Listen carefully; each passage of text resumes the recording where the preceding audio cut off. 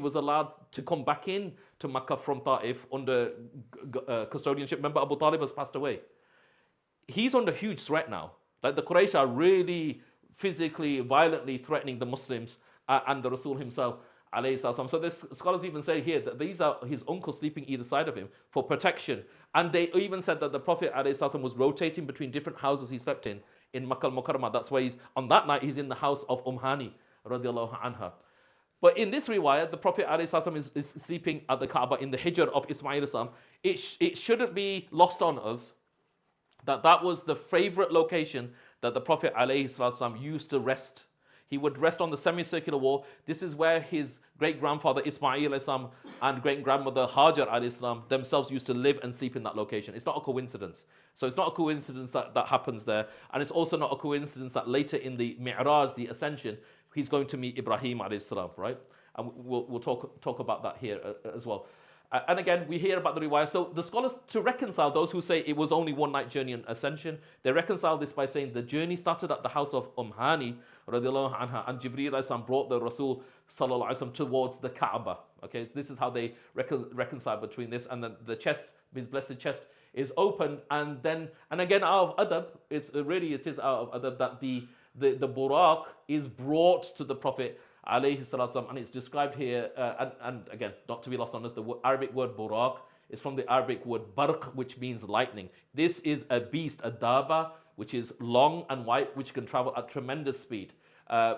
In terms of size, it's something between a donkey, a himar, and a baghal, a mule, and its stride is as long as the eye could reach. And I was mounted on it, and then we went forth till we reached the lowest heaven. That's the end of, or one of, I should say.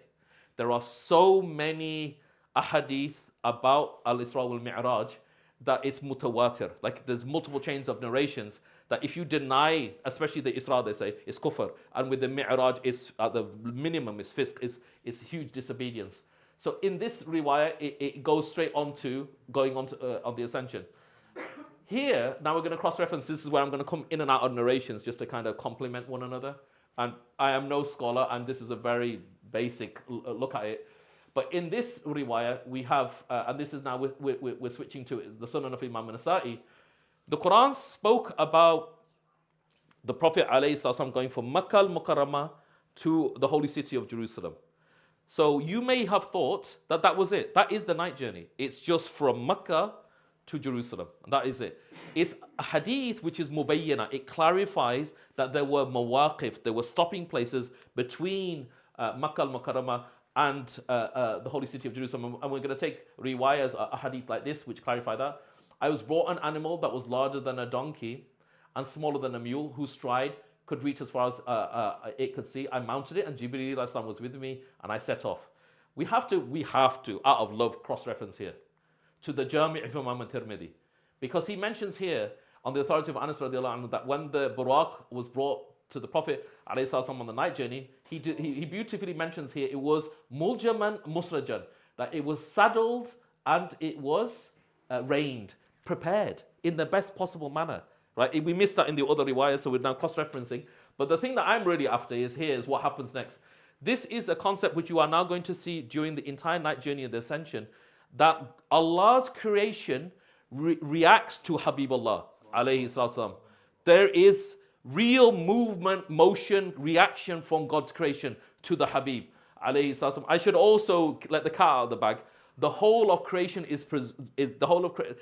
or should I say, the Prophet alayhi salam is gloriously presented to the whole of creation, part by part, including you and I. It's coming, including you and I.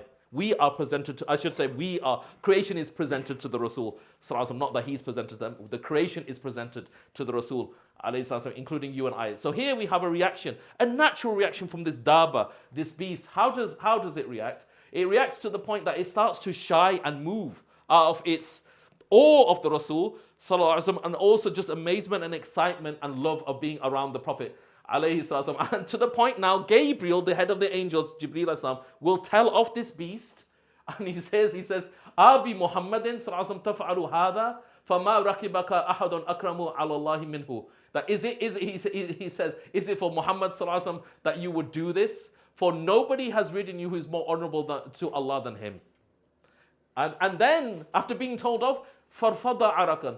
Buraq starts to sweat profusely. Like he's like feels embarrassed and shied in front of the Rasul alayhi salam with what happened. Now the scholars look at this and they say, was there only one Buraq? And Allah knows best. Those who are of the opinion that there is only one Buraq say that this is the riding beast that even his father Ibrahim alayhi salam used to travel from Jerusalem to Mecca to see his wife Hajar alayhi salam and Ismail alayhi salam and then return back on the Buraq. Those who are of the opinion that no, this is only the Rasul's say that there are multiple Buraqs and this is the one only for the Rasul alayhi salam, and Allah knows best. Then we see the mawaqif now. These are the stopping places. Yes, the journey begins in Mecca, and yes, it does go to Jerusalem, but there are stopping places. And I'm only quoting from the hadith. There are other riwayas which we can cross-reference. Here, the Prophet ﷺ is requested by Jibreel ﷺ beautifully and with adab, inzil fasali. He requests the Rasul ﷺ to dismount from the Buraq and to pray. The Prophet ﷺ did that, and Jibreel ﷺ says, Atadri ayna salayt? Do you know where you prayed? And honestly, this is for the benefit of us hearing this, the audience. Salayta bi Tayba wa ilayhi al-muhajir. You prayed in Tayba. In another hadith, it mentions al-ard dhat al-nakhl, in a land which was full of date palms. Yes. I've heard in some hadith, well, I don't know if it's hadith, but in some narrations that when Jibreel Islam first came and saw the Prophet, he spurred the Prophet with his foot and then went out, and the Prophet sat up to see who it was and went back to see, and was spurred again with his foot. And I just wanted to know what the accuracy of that is. Yes, I agree. I have heard that as well. It's about adab. It's about love and adab, really. It's about how did Jibreel awaken the Rasul alayhi salatu, and some say by just tapping him gently on his foot when he was at the hijr between his two uncles. And Allah knows best. In the other riwayah, as we saw, the roof of the house is lifted and Jibreel descends. Sorry? Scholar said that Jibreel actually kissed the blessed Prophet. I would have zero issue with that.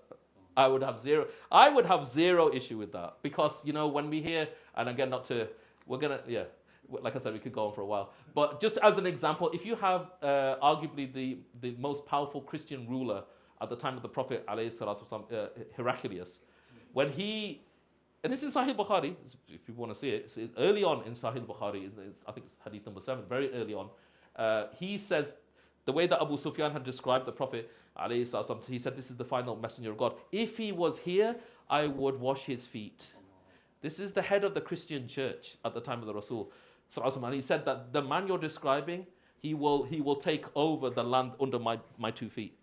And Abu Sufyan was blown away. It's like, what? He was a Muslim at that time. It's like, we were having issues with him in Makkah and Medina, and the head of the Christian empire is basically saying he's going to take over the land that we're in. And he was in Jerusalem, just to clarify.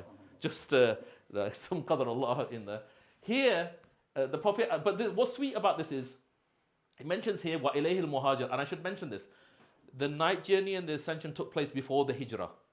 The Prophet ﷺ hasn't been given permission to leave Makkah to go to Medina Munawwara, but yet on the night journey it's revealed that wa ilayhi al-muhajir in Arabic is very clear. This will be the place of your emigration. You're coming here to do hijrah. This is before it even happened, right? And then again they carry on, and now they go to another stopping point, and this time it's at the Turi Sina. In another riwayah, they go to the tree that Musa Islam rested at in Madian. There are riwayahs which say that. It's not in this hadith, but there are other riwayahs which say that. And then they come here. They come to Mount Sinai, and again, the Rasul alayhi salam. By the way, he's teaching us what to do in ziyarat muqaddasa, in holy visitations. Pray 2 rak'ah nafil. Right? This is what is literally what is happening. Place to place, praying in Medina Munawwara, praying now in Mount Sinai. Why? Haythu kallam Allahu azza wa jal Musa alayhi salam. This is the location that Allah, mighty and majestic is He, spoke directly to Musa alayhi salam. And they, again, the Rasul sallallahu alaihi wasallam prays his 2 rak'ah nafil there. And then they come into the blessed land of Sham itself, the land of the prophets themselves. And again, he's requested to alight, to come down. And to pray, and again, Atadri ayna salayt? Do you know where you prayed? Salayta bi Beit Laham, haythu wulida Isa alayhi salam. You prayed in, yes, Bethlehem. We can confirm, it's a hadith, Sahih hadith, that Isa alayhi salam indeed was born in Bethlehem. But the Muslims of Bethlehem will tell you, we don't know the exact location. But what we know from the Quran is it was a date palm with a water stream by it. That's where Maryam alayhi salam gave birth to Isa alayhi salam, to the east of Jerusalem. This is where Isa was born. And again, this is of course an allusion to Sunni Aqidah about the Mawlid. Mawlid means it is time and place. So the time we don't know, other than the Quran alludes to the fact it was spring or summer, because Maryam Islam was eating fresh ripe dates, rutaban janiyah. But it's certainly not the 25th of December. We can definitely say it's definitely not that at all. That's for a fact. And but this shows you, and again, not to go too much after them, but we should respect where prophets were born. Does everybody get that? The hadith is clear as day. And if you're looking for what should I do there, pray 2 rak'ah nafil shukr lillah, right? Gratitude to God.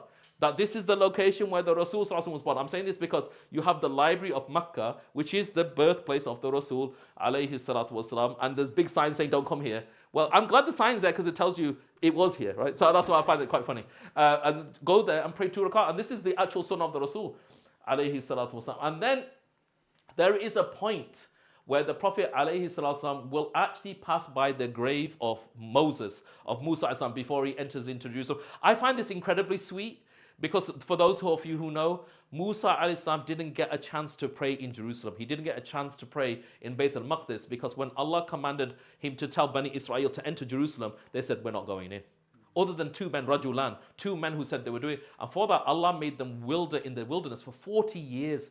In that time, it's called Sunnat al-Istibdal. In that time, the people who refused to enter all died. And they were replaced by their offspring who were willing to go in with Joshua alayhi salam. So this is a sad occasion. There's collateral damage here. Musa alayhi salam himself passed away in those 40 years. And he's buried by Al-Kathib al-Ahmar. We know from this hadith and the other hadith that he's buried by a red sand dune on a pathway towards Jerusalem, but he's not in Jerusalem. Okay? So this is why I find this is very sweet that this is mentioned, right? And we hear a very Sunni Aqidah here because the Prophet ﷺ says, Marartu ala Musa laylata usriya bi عند الكثيب الأحمر وهو قائم يصلي في قبري. It's really sweet. He says that the Prophet ﷺ said, I happened to pass by Musa ﷺ on the night of my night journey by the red sand hill that's confirmed Al-Kathib al-Ahmar, whilst, and this is beautiful, he says, whilst he was standing praying in his grave. And by the way, the likes of Shaykh Tahir al-Qadri, Hafidullah, and others beautifully said, do you believe, he challenged the audience and challenges us, do you believe for a moment that we know for a fact the prophets are alive in their graves, yusallun, we have the hadith, sahih hadith, that they pray in their graves. They don't have a barzakh life like anybody else. But he said, do you believe that Musa as-salam at that point is praying nafal to Allah when the Rasul is in front of him? He said that is a total mistranslation. He says, وَهُوَ قَائِمٌ يُصَلِّي فِي قَبْرِ. It should be translated as, he is standing sending salawat in his grave on the Rasul alayhi salatu. How else could it be interpreted? Really, like you'll see when we get to it, there's other phrases which make it categorically impossible that Musa is praying nafal prayer and the Rasul is passing by his grave. Not a chance. Not a chance. It's because of the Rasul he gets to enter into Jerusalem with the other prophets alayhi salam ajma'in. Okay? That's that cross-reference over. Now we talk about Masjid al-Aqsa. Yeah, go ahead. Also in the prophets they go to Al-Aqsa, which is Musa physically, or is it more? Yeah, it appears to be a difference of opinion. I'll ask people in the audience for that. Some believe that outside of the Rasul alayhi salam, Isa alayhi salam, Jesus the son of Mary, who's not dead, is there ruhan wa jasadan. He's there both in his spiritual and his physical form. Then there's other scholars who took the opinion that outside of those two, everybody else in their spiritual forms. But there are others who say we don't know the life of prophets. The way that the prophets are in their grave is not like anybody else. So then they said, be careful with saying that it's only spiritual. So Allah knows best. But we shouldn't discount that they were physically there, jasadan and ruhan, and physically and spiritually. And Allah knows best. I'm more on that they're physically and spiritually there. There's no indication that it could be something else, and Allah knows best. But certainly Musa, he's met him. He's standing praying in his grave. For again, those who say, what's going on here? Well, I'm sorry, it's clear as day what's going on. That's in Sahih Muslim. I should say something spectacular about Masjid al-Aqsa, and that deserves its own talk by itself. But enough to know. I just thought let's quote some of the words of the Prophet alayhi salatu wasalam, regarding Masjid al-Aqsa Mubarak. You know, there's a discussion in Medina Munawwara between the Sahaba radiallahu anhum in front of the Rasul alayhi salatu wasalam, about the virtues and merits of Masjid al-Aqsa, the the first Qibla, the second Masjid on planet Earth, and the Masjid of the Prophet alayhi salatu wasalam. They said, which one's afdal? But I love the fact that they asked that question, indicates they had huge reverence, love and respect for Masjid al-Aqsa. Otherwise, how could they have the quote-unquote guts to ask that question in the Masjid of the Prophet ﷺ, in Medina, in front of the Rasul ﷺ? It tells you they have high reverence, which I'm saying this to remind myself that we should have this high reverence and love and respect for Masjid al-Aqsa Mubarak. And the Prophet ﷺ, he said, look, one prayer in my masjid is better than 4 prayers in it. Meaning, and that's why there's a difference of opinion, what is the reward of praying in Masjid al-Aqsa Mubarak? The lowest number is 250 from this hadith. So it's 1,000 versus 250 based on this hadith. And some have it at 50,000, and Allah knows best. Of course, I prefer the 50,000 hadith. We want the maximum. Allah knows best. But this, my goodness, is prophecy. As if this is a hadith talking about today. Listen to this.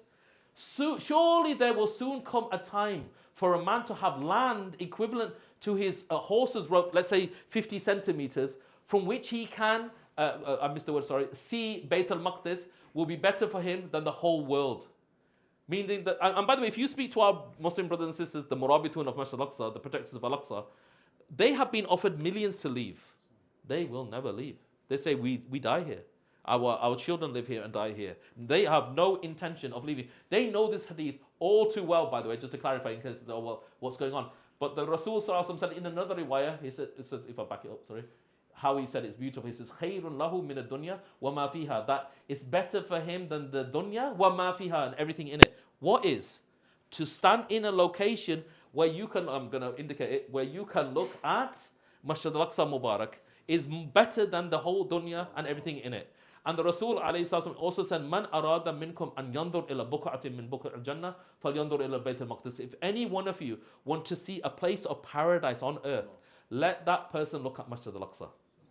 So I hope you've experienced it, that if you look at our harams, something happens to your ruh.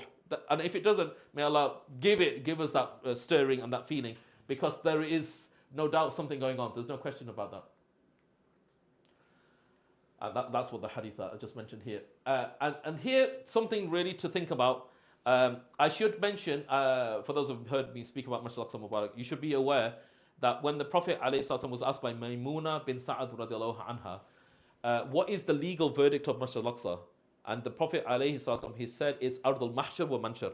It's the land of gathering and resurrection. So I just want to be very clear on this point, that when Allah subhanahu wa ta'ala recreates the earth, the day of judgment will take place on the plains of Masjid al-Aqsa Mubarak.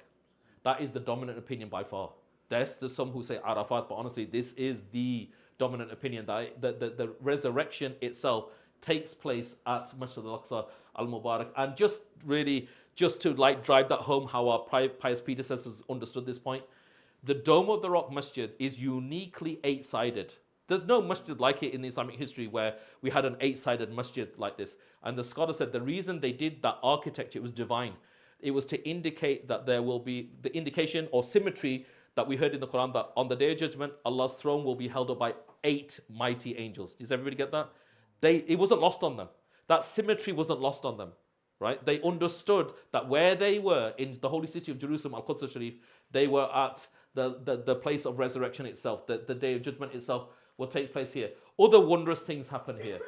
We have the very famous, he was a qadi, a judge at the time of the Prophet, he was a very senior companion, Ubadah ibn Samit, radiallahu anhu. He said he stood on the eastern wall of Bayt al-Maqdis and he cried. So they said to him, what causes you to cry? And they used his kunya, O Abul Walid.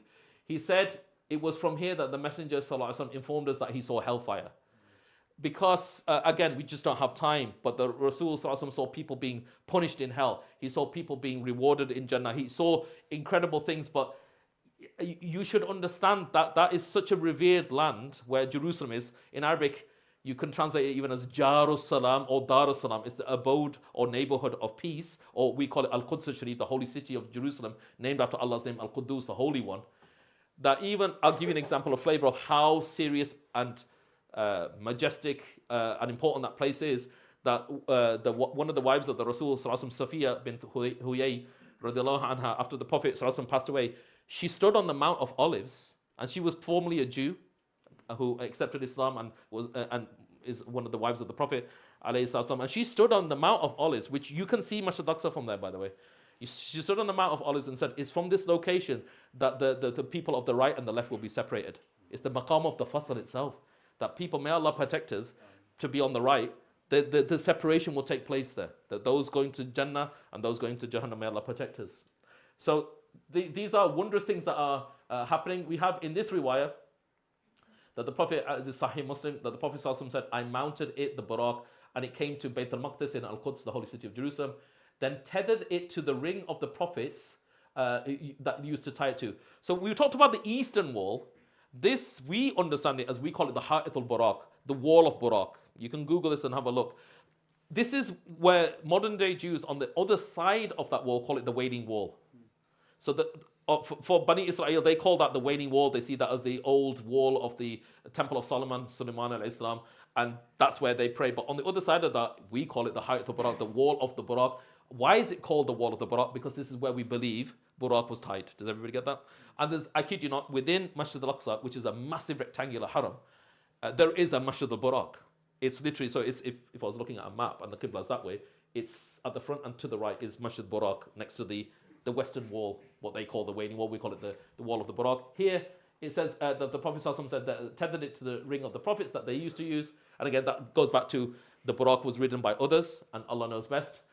And then I entered the masjid and I prayed 2 rak'ah. This is the Tahiyyat al-Masjid, right? We're being taught adab, right? This is the Tahiyyat al-Masjid. In this riwayah, which is very beautiful as well, is that when they arrive at Masjid al-Aqsa, Jibreel Islam actually points at a wall with his two of his fingers, and he basically pierces a hole in one of the walls, and it's then the Buraq is tethered there at one of the walls. It says here, Jibreel Islam pointed with his fingers, causing a crack in the rock, and he tied the Buraq to it. And to be clear, at this point, this is where Buraq remains tied. There may be an understanding that people may have thought that the Buraq is with the Rasul alayhi salam when he ascends into the heavens. It's not true. Yes, on the way back to Mecca, yes, on the Buraq. To and from those two locations, yes. But going into the heavens, no. So just be aware, and I didn't mention this point, but know this in other beautiful descriptions. It's an entourage. Allah sent the greatest of angels. You had Jibreel alayhi salam to the right of the Rasul, and to his left was Mikael.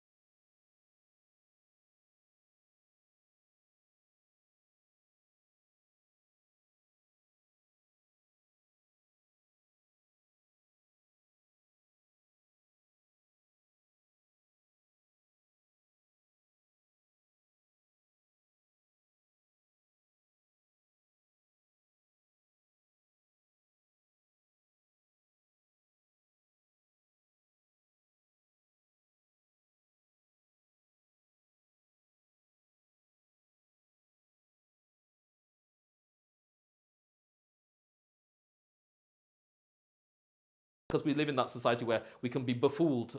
Like even the Last Supper, right? They claim it's wine, isn't it? That's nonsense. We don't believe that at all. Prophets never drank wine. Just to be clear, they're ma'asum, they're protected from sin. Though at this point, it wasn't actually haram. But the hadith mentions, had you taken the wine, your ummah would have gone astray. You and I would have gone astray. But this is a critical selection by the Rasul, alayhi salatu wasalam.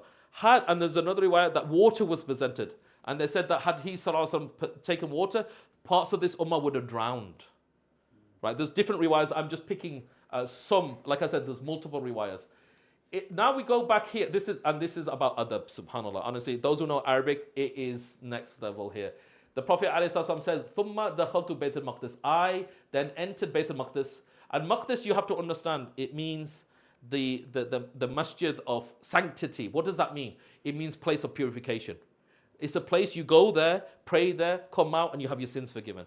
And again, we don't have time, but Sulaiman Islam actually made that dua, that Allah give the person who enters Masjid al-Aqsa and prays there with that only intention, that they have the reward of the Hajj Mabrur, like an accepted Hajj, like they leave Masjid al-Aqsa with no sins. Right? So it's on an elite level, but this is beautiful for those who know Arabic.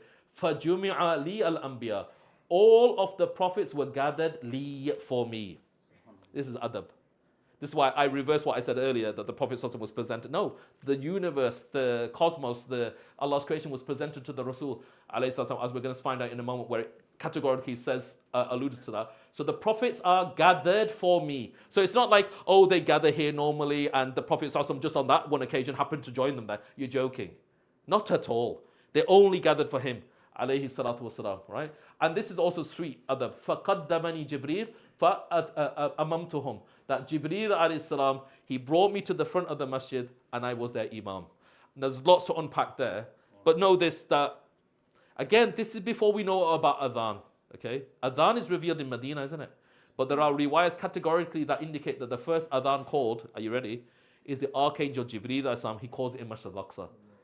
And there's a reaction in the cosmos when Jibreel calls the adhan alayhi salam. I'm saying this, I'm holding my breath, that the Jibreel, you know, I said to people, if I had a time machine, that is where I'm going back. Huh? What do you think, Ajsam? Isn't it? I mean, if you had a time machine, this, right? Inshallah, let's see in the next world, inshallah, ya Rab. But Jibreel Islam calls the adhan before the adhan has been revealed in Medina. Remember, this is before the hijrah. The malaika swoon. They come out of the heavens to pray behind the prophets. Do you blame them? Then there's the assembly, 124,000 prophets will stand in prayer. There's a difference riwayah in one line or in rows. And I should clarify, at the time when this is happening, physically Masjid al-Aqsa Mubarak is actually a rubbish dump, that the Romans have turned it into a rubbish dump to punish the Jews. But this is not the Masjid al-Aqsa that you would see with your eye in the dunya. This is the Masjid al-Aqsa Mubarak now. And the Malaika descend in the heavens. And the Rasul out of his humility, because that's all it is. We're being told adab and humility here. It's only his right. Does everybody get that? Nobody else can lead that salah. But the fact that in this hadith it's very clear, it says فَقَدَّمَنِي Jibreel, which means Jibreel Islam brought me forward. Look at the adab. The Rasul entered, prayed Tahiyyat al-Masjid, right? And must have remained in that place. The adhan is called by Jibreel Islam. The Prophet still hasn't moved. And Jibreel Islam now is bringing him to the front of the masjid. For us who think, oh, we have some rank and we deserve this and that. The Rasul has all rank and deserves all of that. So here, they gather and the Rasul alayhi salatu wasalam leads them in prayer. Then we have some really interesting conversations going on, right? There is a conversation between the prophets and the Prophet alayhi salatu. There's no question about that. He leads them in prayer, and we have, as an example, we get actual descriptions as well, right? I'm going to come to this, but that's why I've made that in blue. Later on, we are going to come back to this. But here, the Prophet ﷺ describes the prophets. He describes what Musa ﷺ looks like. Look, a well-built man, like from the tribe of Shanu'a, a Yemeni tribe. And then he talks about Isa ibn Maryam. He talks about Isa ibn Maryam resembling one of the companions, Urba ibn Mas'ud al-Thaqafi radiallahu anhu. And then this is beautiful. He says, I saw Ibrahim ﷺ standing in prayer. He had the closest resemblance with your companion. He's speaking about the Prophet himself, sallallahu alaihi wasallam. I say that because, like we have palm readers in our day, may Allah protect us. At the time of the Rasul, alayhi wasallam, there was a tribe called Banu Mudlij. They were a tribe that they were specialists, not in hand interpretation, but feet interpretation. And there's a beautiful occurrence in the seerah of the Rasul, alayhi wasallam, when he's maybe 4, 5, 6 years old, and he's sitting on the lap of Abdul Muttalib, his noble grandfather. And this tribe goes past him and they said tilka hadihi ka tilka, these are like those. And he said, what do you mean by that? He said, this young boy's footprints are just like those. And he's indicating at the maqam of Ibrahim Islam. Does everybody get that? He said, wait a minute, what's going on, right? That's why please don't think this is a coincidence. The great Ibrahim Islam had the incredible elite honor that he looked most like the Prophet ﷺ than all of the prophets. That's next level, right? Ibrahim has that huge honor. And you'll see that when Ibrahim ﷺ meets the Prophet ﷺ. And then, the prayer is led. By the way, there's something also very interesting in this conversation. When the prophets do their adhkar together, they glorify Allah subhanahu wa ta'ala together. This is the group dhikr happening after the salah. And then there's a question about as-sa'a, the hour. When they ask Ibrahim a.s., he said, I don't have knowledge of the hour. They ask Musa a.s., he says, I don't have knowledge of the hour. It's Jesus they ask, a.s., and say, what do you have to say? And he starts to reel off the signs. He says, I'm from the signs. And I've got jobs that I need to do before the hour happens. And he speaks about what happens. Think about it, they're in Masjid al-Aqsa Mubarak. And he's speaking, how sweet this is. At some point later, and only Allah knows the time difference, that this same Jesus a.s. will enter Masjid al-Aqsa when Imam Mahdi a.s. is about to lead the Fajr prayer. Isn't it? Like, don't let that be lost on you. That the same Isa a.s. was talking about, and then I will come out of the masjid and I will kill the Dajjal at Bab Lud, where modern day Tel Aviv airport, Ben Gurion airport is. Go check it. I'm not making it up. I'm not making it up. Bab Lud, Lodd in Hebrew, Lod, in Arabic, Lud. The Ben Gurion airport used to be called the airport of Lod. So Allah knows best. Is Dajjal trying to get a flight out of here? Allah knows best. We have no idea, but he's definitely trying to get away from Isa. There's no question about that. There's something very sweet here. Again, people being presented to the Rasul sallallahu alaihi wasallam. Here, Jibreel alayhi salam says, here's Malik alayhi salam. He's the gatekeeper of hell. And he's a scary being. Malik alayhi salam, the scholars say he has so many arms and legs that he alone can simultaneously punish the people of hellfire by himself. This is a really awesome being, awesome in the sense it draws awe. Now, Malik alayhi salam, he says, say salam to him. Before the Prophet ﷺ could even say salam to him, look, it's about adab. So I turned to him, but he preceded me in salams. Oh no, Malik alayhi salam wants to say salam first.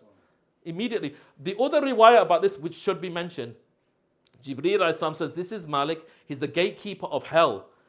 And he has been created that he can't smile. But here it comes in the riwayah, in the hadith, if he could smile at anyone, he would have smiled at you, sallallahu alaihi wasallam. Some riwayahs say he did smile. I'll go with that one. I'm kind of with that way inclined, and Allah knows best. But these are just incredible events. And this has to be mentioned here. This is about adab. Again, those who get the Arabic, but I'll translate it. In this hadith, we find on the authority of Jabir radiallahu anhu that the Prophet alayhi salatu, he said, Urida alayya al-anbiya. We heard earlier that the Prophet ﷺ said that the prophets were gathered for me. Jumi'a liya al-anbiya. The prophets were gathered for me. Here, now we hear, Urida alayya al-anbiya. The prophets were presented to me. Do you see what I mean? It's not the Rasul ﷺ being presented to them. They're being presented to the Rasul alayhi salatu. And can you imagine 124,000 prophets being presented to the Rasul? And it must have been Gabriel himself, right? Jibreel alayhi salam is the one saying, okay, so this is so and so, this is so and so. Just imagine that gathering. And again, we hear descriptions of the different prophets. And again, we hear that beautiful phrase, and I saw Ibrahim alayhi salam, and the closest of the people in resemblance to him from those I have seen is your companion, meaning himself, sallallahu alayhi wasallam. And again, there was that questioning that takes place about the hour. And this is where Isa ibn Maryam, he says, I have been assigned to some of the tasks before that happens, for as if when it takes place, no one knows except Allah. And then he mentions about how, he mentioned the Dajjal, I will descend. And it's not a coincidence that there's difference of opinion. Does he descend in Jerusalem first and then go to Damascus, which is probably the dominant opinion? But what we definitely know is there is a descent in Damascus. In Damascus, Al-Jami' al-Umawi, the Umayyad Masjid, you can Google this, you can check it later. The white eastern minaret is exactly what the Prophet ﷺ said. This will be the descent of Jesus, the son of Mary ﷺ. He will have his hands on the shoulders of angels, and his blessed head would still be wet from the wudu he made before he left from earth. Where did he leave from earth? And by the way, you get clues in the Bible even, with all the alterations, is Jerusalem. And we're going to see why that's not a coincidence when we talk about the Mi'raj. There's zero coincidence in that whatsoever. And he talks about how he will descend, kill the Dajjal. He talks about the Gog and Magog. See, he is going through the Alamatu Sa'a al-Kubra. He's going through the major signs of the Day of Judgment. He speaks about them. Who speaks about them? Jesus, the son of Mary, alayhi salam. I think we can still keep going. Are we good? Till 3? Yeah. So let's. Oh, sorry. Sorry. You can slow down a bit now. I told you I was going to play at T20 pace. Yeah. Listen. I know. Even though we have this conversation, I get it wrong. You know, the hadith is clear. The Prophet alayhi salatu wasalam spoke very slowly and clearly. Sadly, I don't. So I do apologize for that. Are there any questions about Al-Isra, the night journey, before we move to the vertical part of the journey, which is into the heavens? Any questions about? So there are, just to be clear, I'll summarize slowly. There were mawaqif, there were stopping places, there were ziyarat muqaddasa, holy visitations taking place between Makkah al-Mukarramah and the holy city of Jerusalem. I should also mention some sweet things here, that when the Prophet alayhi salatu, let's say when he was in Makkah al-Mukarramah, the way that he would, so if this is Makkah here and Jerusalem is here, the Prophet alayhi salatu wasalam, he stood at the Yemeni corner, which is in the south, with the Kaaba in front of him, praying towards Bayt al-Maqdis. He's the Imam al-Qiblatain, he's the Imam of the two Qiblas. He combined uniquely the two Qiblas. This is from his khasa'is, from his elite qualities, that he is the Imam of both Qiblas. And just to clarify that point, Allah took him to the Qibla at the time and made him lead the Salah, just to make it clear as day, in case anybody missed it. Because we hear that the Prophet ﷺ speaks about himself with great humility, and he says, Ana Sayyidu Waladi Bani Adam, Walad Adam, Yawm al-Qiyamah, Wala Fakhr. I am the leader of the children of Adam al-Islam, and I'm not boasting. And this is clear as day. The incident of the Al-Isra wal Mi'raj categorically indicates that. But for us, as from his ummah, alayhi salam, we should also take something of notice here. The scholar said, notice how Masjid al-Aqsa Mubarak is a place that was built and rebuilt by prophets, time and time again. The responsibility for the upkeep of Masjid al-Aqsa Mubarak and the land of the prophets, the land of Sham, the land of Tawheed, was with different prophets through their eras and their ages. They said what happened on the night journey categorically pointed out, you and I are now responsible for the land of the prophets. Does everybody get that? The responsibility for Palestine, Syria, Jordan, that land of Sham, the land of the prophets north of the Kaaba, is yours and mine. And I can point out a hadith where the Prophet ﷺ prays in Medina. This is good, guys, actually. It helps having the 3 harams here, right? The Rasul ﷺ is in Medina Munawwar and says, Allahumma barik lana fi shamina, Allahumma barik lana fi yaminina. Oh Allah, bless us in our Sham. Look, our Sham. Oh Allah, bless us in our Yemen. Our Yemen. So Sham and Yemen, if you look on the map, Sham is to the north of the Kaaba and Yemen is to the south of the Kaaba. This is the land of the believers. It's our responsibility. And the scholar said, soon will come a time that, as Allah said in the Quran, وَتِلْكَ الْأَيَامُ نُدَاوِلُهَا بَيْنَ النَّاسِ, that at the moment, if you offered people to go to Syria and Yemen and these places, they would hesitate. Like, oh, it's a bit dangerous, isn't it? I know I'm not going to go there. But the scholar said there's going to come a time soon that the rest of the world will be on fire and the land of Sham and Yemen will be places of safety and security. So my position on that is, whilst we have a chance to aid and support our brothers and sisters in Sham and Yemen, take it. Does everybody get that? Because there'll soon come a day, it'll be the other way around. Soon come a day, it'll be the other way around. And we don't know how soon. But we know just a few weeks ago, Syria's civil war came to an end. That shouldn't have been lost on us. And you know, across our social media, we saw the Muslims rejoicing and praying in the Umayyad Masjid in Damascus. That shouldn't be lost on us. These are, like our teachers say, they're dress rehearsals before the real thing happens. Does everybody get that? These and again, we've seen the Umari Masjid in Gaza just on Friday, yesterday, where people praying again after what's happened. These are for us to reflect upon. We come to the Ascension. Why Jerusalem? Sorry, go ahead. Just a point before we go on. Yeah, go ahead. Ascension. With regard to Masjid Aqsa, Yes. there's some scholars who just say that it's the octagonal. Yeah. And it's quite famously rebuffed by an alim in England. Yeah. That the whole of The whole. Yeah, our Ottoman predecessors, Allah bless them, they called it Al-Haram Al-Sharif. I'm with them on that. Really, that's my heart, is I'm with them. And I've met custodians of Al-Aqsa. They're with that, I'm with that. I'm not going to contradict them. So just to clarify, it's a shame. But let's say, okay, just, you know, this what's highlighted. Okay, I really should have put a picture in here. That's my mistake. if you took this rectangular space as Masjid al-Aqsa Mubarak, you wouldn't be wrong. And I want to clarify the bits to it. At the front, you have a grey domed masjid. You see that one? That's the grey domed masjid. The problem what people get confused is it's called the Qibli Masjid, but it's also known as Masjid al-Aqsa, and that's where the confusion begins. Because honestly, the amount of times, even ourselves, when we put things on social media about Masjid al-Aqsa, they go, "Oh, you're wrong. Who said that's Masjid al-Aqsa?" And it's like, whoa, whoa, whoa, we're all on the same team, guys, right? But the grey domed masjid here is where it's believed the Prophet alayhi salatu wasalam, which directly points towards Makkah, just to be clear, go have a look at the map, directly points towards Makkah, the two qiblas are aligned. The Prophet alayhi salatu wasalam led the 124,000 prophets in prayer at that location. He comes out of that location and goes to the rock, which is right, I kid you not, right in the middle of the rectangular. The rock, which brings us beautifully onto where we're coming, is called As-Sakhra al-Musharrafa. It's the sacred holy rock. Now, if we had some Jews here, they'll tell you this is the holy of the holies. They kind of have a level of respect that we need to bring ourselves up to. We're not saying it is. I mean, the holiest of the holies is the Rasul. So maybe, but there's an alignment at least. The rock, they believe, is the holiest site in Judaism. They believe that God created creation from the rock.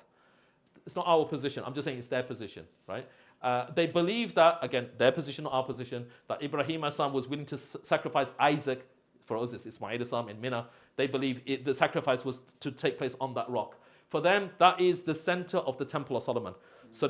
Today, there is the masjid, the Dome of the Rock masjid, which is built around the rock. Because, are we ready? It's the portal into the heavens. By dominant opinion. There's rarely do you find ulama saying no. There's multiple ma'arij. They say it's the portal into the heavens. And so we wanted to give a bit of a context to that to say, well, why Jerusalem, right? So, yeah. Does that mean that when all this pass away, you go there first then? Yeah, it's coming. Yeah, it's coming. Did you hear what I said? So what about when the movement of the soul is coming?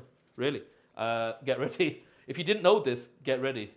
Know this in the ascension that the Prophet Idris alayhi salam, the one alladhi allama bil qalam, the one who was taught first out of humanity how to write with the pen, is a prophet whose soul was taken in the layers of the sky. I didn't say paradise, in the layers of the sky. We want to be clear on that. We're gonna meet him again, right? He was raised from Jerusalem. This is what I want to be clear on. He's called in English Enoch, the Prophet Enoch alayhi salam.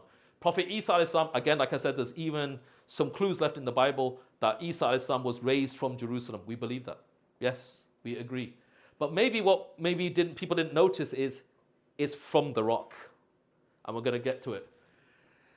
What else is going on? It's also, we know that Isa alayhi salam will descend back here in the land of Sham, maybe via Jerusalem first and then onto the holy city of Damascus, which is seen as the fourth holiest city in Islam after the three harams. And that it has a massive, so I dropped it in there. It's a portal to the heavens, and it has a huge role to play at the end of times, and it's the place of resurrection, right? Can you see how this is a very unique place on planet Earth? As Allah, the Prophet ﷺ described it as Safwatullahi min ardihi. It's the creme de la creme of God's earth, the land of Sham.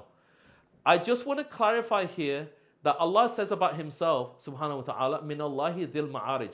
That Allah speaks about Himself as the one to which Allah is the one, that the Lord of the pathways of heavenly ascent. He is the Lord of heavenly ascent. He says that Himself in Surah Al-Ma'arij. I'm cross-referencing it here because the root of Mi'raj is all connected here. And for those who know Arabic, the word Al-Mi'raj in Arabic, it literally means a means or a tool to which you ascend. Now, there's a difference of opinion. What was that? We're going to get to the description, but some might say, oh, is that an elevator? What is that? Is that a lift? Is that a ladder? What is that? Like, what is that you ascend to? But before we get that, know this, that Allah subhanahu wa ta'ala says, whoever seeks honor and power, then let them know that all honor and power belongs to Allah. To Him, I should have picked a different color, alone good words ascend, and righteous deeds are raised up by Him. So it's about ascension to Allah subhanahu wa ta'ala. As for those who plot evil, they will suffer a severe punishment, and the plot of such people is doomed. So Allah subhanahu wa ta'ala says beautifully, Man kana yuridu al-izzata falillahi al-izzatu jami'a. Beautiful. This is a majestic ayah. That Allah says, whoever is seeking like honor, might, respect, know that all of that belongs to God. All of that belongs to Allah. Why do I say this? Because I had to, at this point, cross-reference the great Umar ibn al-Khattab radiallahu anhu as he enters into the holy city of Jerusalem in a completely bloodless handing over of the key. When I believe when the Christians entered, they killed 70,000 people on the first day. When Umar ibn al-Khattab radiallahu anhu enters, not one person is hurt. The key is handed over by Sophronius to Umar radiallahu anhu. And if you, and again, we can have a separate lecture on this, but Umar radiallahu anhu is described in their books. They said without getting too emotional about it, said, it's to a man like this key is handed. Sophronius said that. A man of the Bible said, they knew it was going to be him. They handed the key to Umar radiallahu anhu, and there's clues in it. I think we all know the famous story that Umar radiallahu anhu set off with a servant. There was a difference of opinion. Should he even leave the safety of Medina Munawwara and go to the holy city of Jerusalem, right? And he did. Did he go with a massive entourage? No, he didn't. He went with a servant and a camel. Yes, Amir al-Mu'mineen, the leader of the commander of the faithful. And I think you all famously know that when they were taking it in turns to ride the camel, so when Umar radiallahu anhu was getting close to Jerusalem, he turned to be walking, the servant felt embarrassed and said, "You got to be on the camel." He said, "I've no chance, never. I'm a man of adl, I'm a man of justice. You will ride, I will walk." Then, just to really accelerate the point, Umar radiallahu anhu is wearing what's called a thob murakka. He's wearing a thob, a garment which is full of patches. And in fact, it said 17. 17 patches. And they said that he tripped, subhanAllah, before he got to the outskirts of Jerusalem. So he had mud on his clothing. The companions radiallahu anhu came out of Jerusalem and they begged him to get changed. There was a different opinion. Some say that he did get some garment, but then he said, "No, I'm not doing it." And he put the other clothes on. And then he says this. That's why you've got to hear it. Oh my goodness. Allahu Akbar. He says, "Inna kunna adalla qawmin." He said, "Verily we were disgraceful people." And then what does he say? And this is a lesson for us right now. For azzana Allahu bil Islam. And Allah is the one who honored us with Islam. He said, if we seek honor from anything beside that, what Allah honored us with, Allah will disgrace us. Isn't that the time we live in? We distance ourselves from Allah, His Messenger, alayhi and our beautiful deen. Get ready for disgrace. Dhillah, dhalil. And isn't that what we felt overwhelmingly seeing what happened in Gaza? Didn't we feel dhalil, disgraced? Because of our distance, and I'm talking about myself first and foremostly, distancing ourselves from Allah, His Messenger, alayhi and our beautiful religion of Islam. Rather, we should say what Umar radiallahu anhu said in front of the Rasul in Medina Munawwara when he saw the Prophet alayhi getting perplexed. Umar radiallahu anhu stood up in that khutbah and he said, "Raditu billahi rabba." I am most happy with Allah as my Lord. Wa bil Islami dina, and with the religion of Islam as my religion. Wa bi Muhammadin sallallahu nabiyyin wa rasulah, and with Muhammad sallallahu as my prophet and my messenger. And the Prophet sallallahu smiled. That's our position. The same man who said that the man of justice, Al-Faruq, the criterion, he says this as a lesson for us all, entering into the holy city of Jerusalem.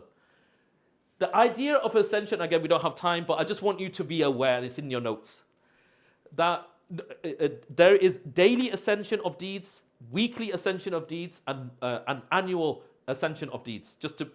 We've got to be real about this.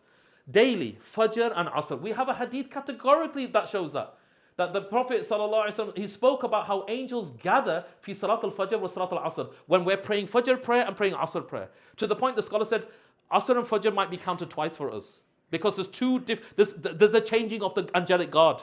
There's a changing of the angelic guard. And what do? ثُمَّ يَعْرُجُ. This is the same word. Then they ascend. Right? And this is an ascension from those same angels. Those of the angels who spent the night among you, they ascend and their Lord asks them, while He knows better than them, كَيْفَ تَرَكْتُمْ عِبَادِي. How did you leave my servants? فَيَقُولُونَ تَرَكْنَاهُمْ وَهُمْ يُصَلُّونَ وَأَتَيْنَاهُمْ وَهُمْ يُصَلُّونَ. We came to them and they were praying, and we left them and they were praying. May Allah make us from those. Ameen Ya Rabb.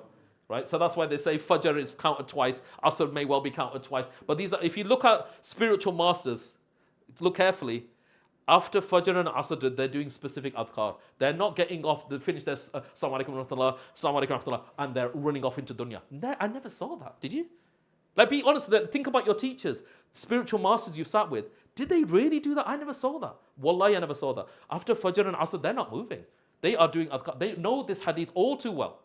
That there's a changing of the angelic guard. My question is, what's going on? These angels are ascending. That was my point here, but we're going to come to it. Right? We move on. The Prophet ﷺ is asked, why do you fast on Mondays and Thursdays? Why is that your sunnah? What does he say? ﷺ, تعرض الأعمال يوم الاثنين والخميس فأحب أن يعرض عملي وأنا صائم. Deeds are presented on Mondays and Thursdays. In another way, it says lifted on Mondays and Thursdays. So I would love for my deeds to be presented whilst I am fasting. So what are we learning?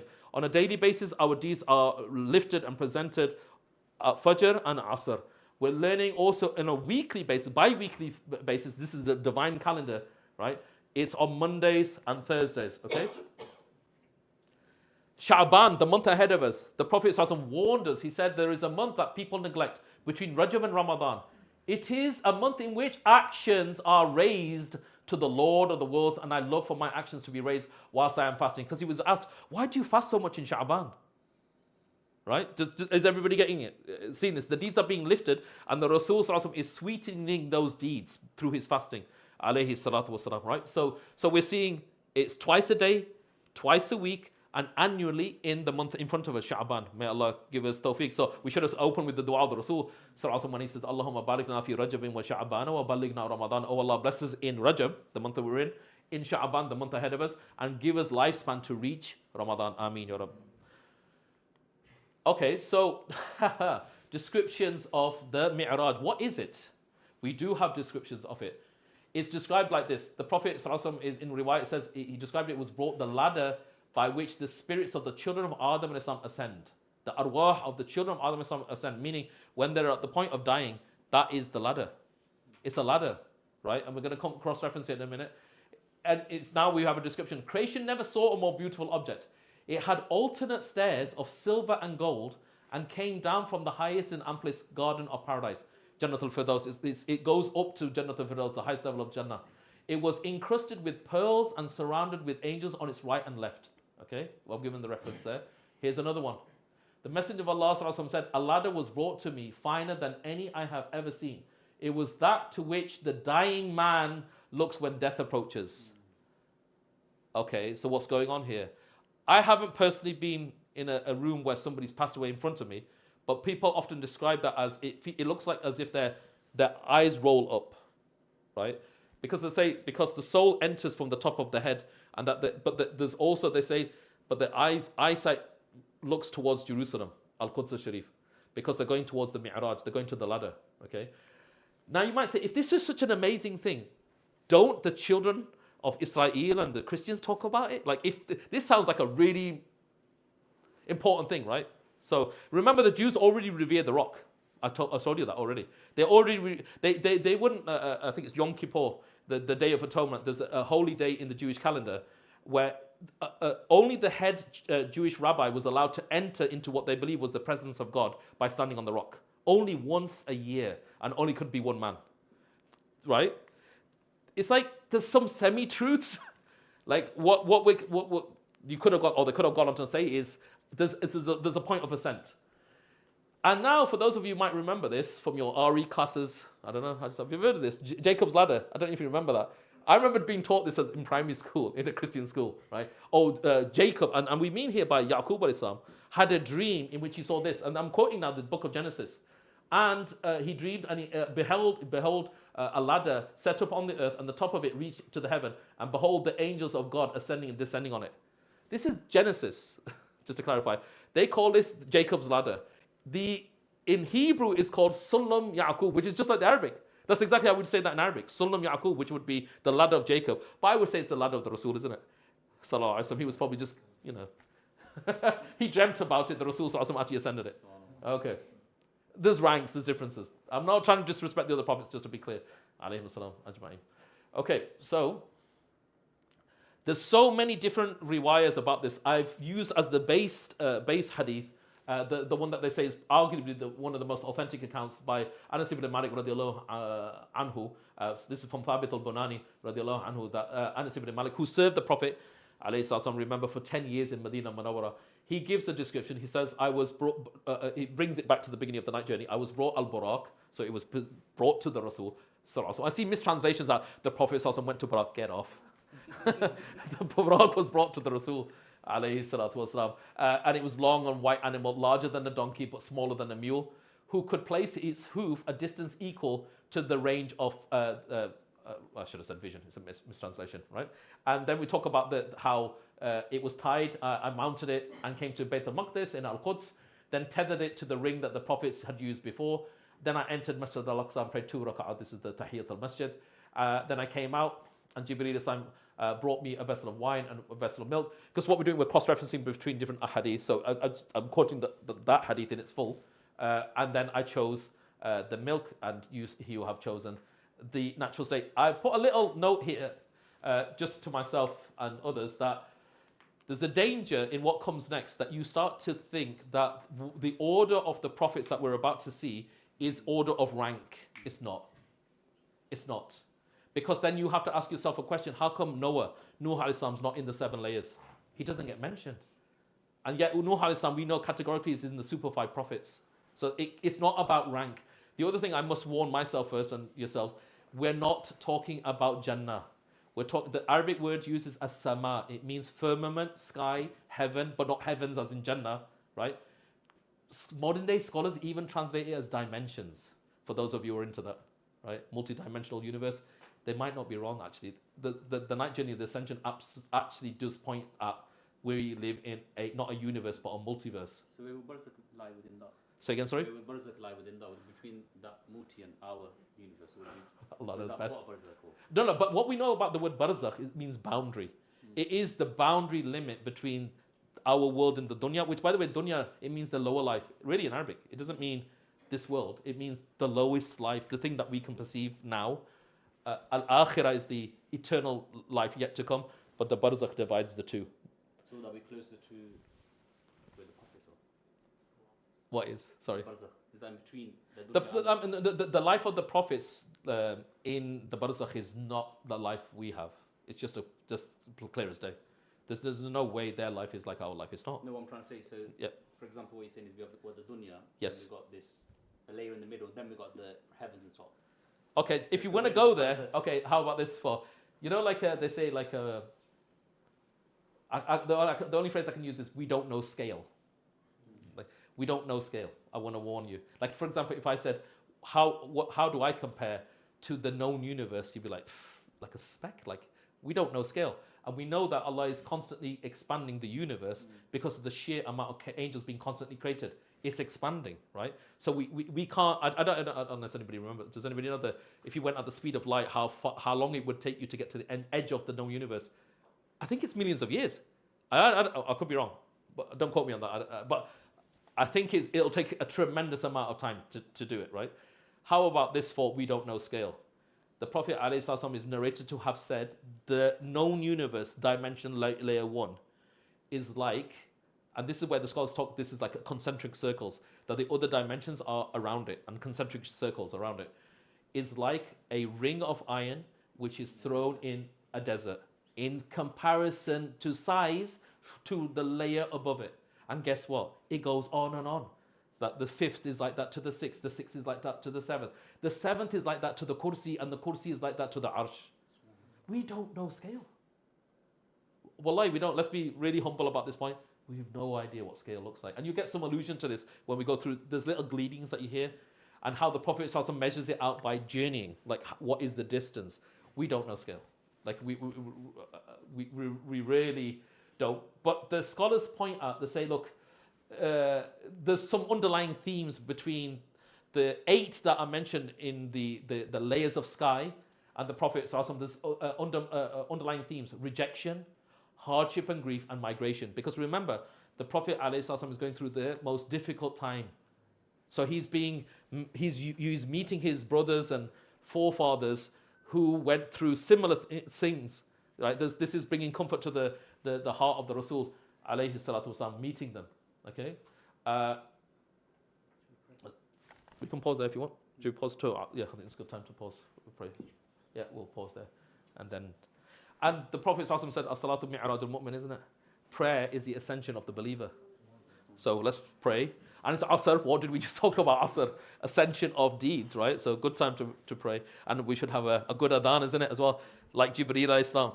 You should give it a sign. No, I'm just we'll pause it there.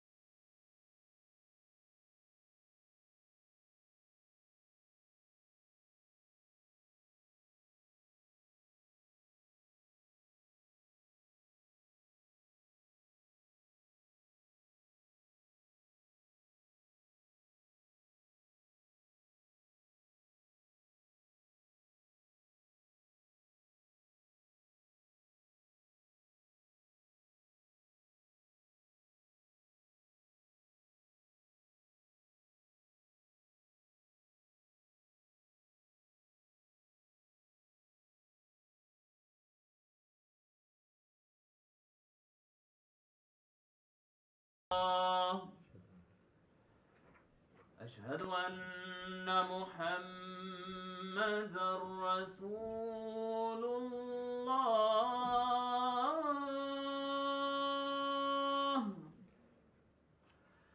أشهد أن محمدا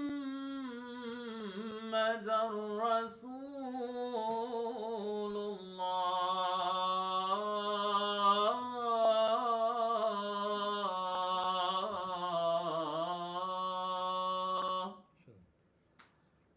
حي على الصلاة.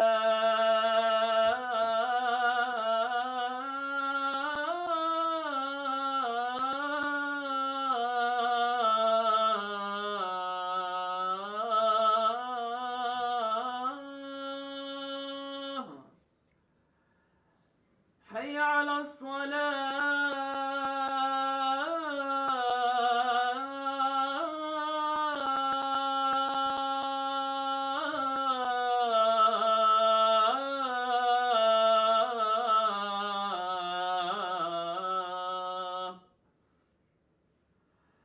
حي على الفلاح.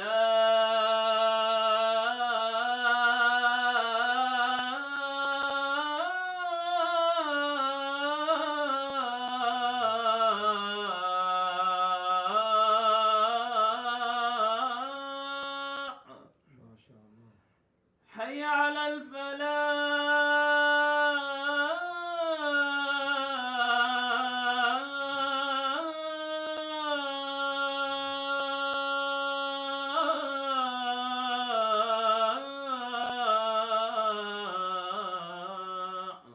ما شاء الله.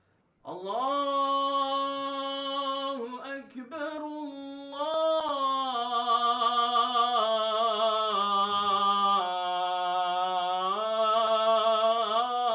الله أكبر. لا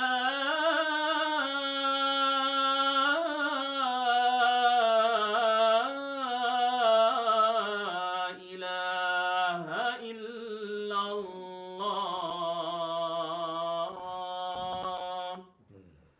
الصلاة والسلام عليك يا من أرسله الله تعالى رحمة للعالمين. الصلاة والسلام عليك وعلى آلك وأصحابك أجمعين. الصلاة والسلام عليكم يا أنبياء الله. سبحان الله.